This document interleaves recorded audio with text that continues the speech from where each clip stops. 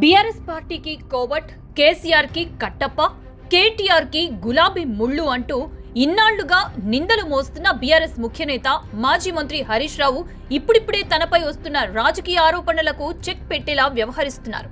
కవిత ఎపిసోడ్తో కేసీఆర్ కుటుంబంలో మొదలైన రాజకీయ విభేదాలు, బీఆర్ఎస్ లో మొదలైన రాజకీయ ఆధిపత్య పోరు మీడియాలో చర్చకు రాగా, అందులో కేసీఆర్ దేవుడే కానీ ఆయన చుట్టూ కొన్ని దయ్యాలు చేరాయి అంటూ కవిత చేసిన వ్యాఖ్యలు కేటీఆర్, హరీష్లను ఉద్దేశించినవే అన్న ప్రచారం తెలంగాణ రాజకీయాల్లో గట్టిగా జరిగాయి.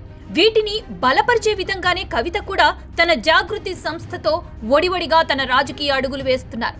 ఈ నేపథ్యంలో బీఆర్ఎస్ కి కవిత మెల్లమెల్లగా దూరం అవుతూ వస్తున్నారు. అయితే అటు కాంగ్రెస్ ప్రభుత్వం కేసీఆర్, హరీష్లపై కాళేశ్వరం విచారణకు నోటీసులు ఇవ్వడంతో తన తండ్రికి మద్దతుగా గళం వినిపించిన కవిత హరీష్ విషయంలో మౌనంగా ఉండిపోయింది. అలాగే ఇటు ఫార్ములా ఈ కేసులో కేటీఆర్ కి ఎదురైన ఏసీబీ విచారణపై కూడా కవిత ఎటువంటి స్పందన కనపరచలేదు. దీనితో కవితకు ఇప్పుడు అన్న కేటీఆర్, మామ హరీష్ ఇద్దరూ కూడా రాజకీయ ప్రత్యర్థులుగా మారిపోయారా అన్న అనుమానాలు మొదలయ్యాయి.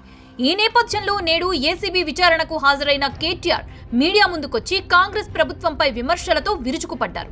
అయితే ఈ సమయంలో కేటీఆర్ కి మద్దతుగా హరీష్ కూడా కేటీఆర్ తో కలిసి ఉన్నారు.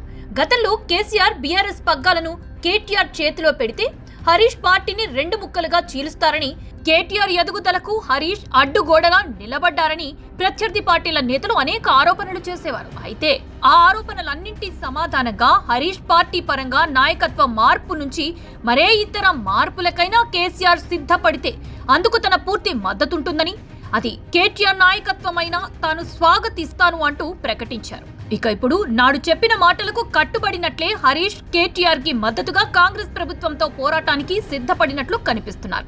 అటు కేటీఆర్ కూడా తన తండ్రి కేసీఆర్ తో సమానమైన స్థానంలో హరీష్ కి ప్రాముఖ్యత ఇస్తూ బీఆర్ఎస్ పటిష్టతకు ప్రయత్నాలు మొదలుపెట్టారు. ఇందులో భాగంగానే నేడు కాళేశ్వరం వివాదంపై కేసీఆర్ తో పాటు హరీష్ ని కూడా సమర్థిస్తూ రేవంత్ సర్కార్ పై తీవ్ర స్థాయిలో విరుచుకుపడ్డారు కేటీఆర్. దీంతో బీఆర్ఎస్ లో కవిత రేపిన చిచ్చు హరీష్ కేటీఆర్లని దగ్గర చేసిందా అన్న చర్చ జరుగుతోంది.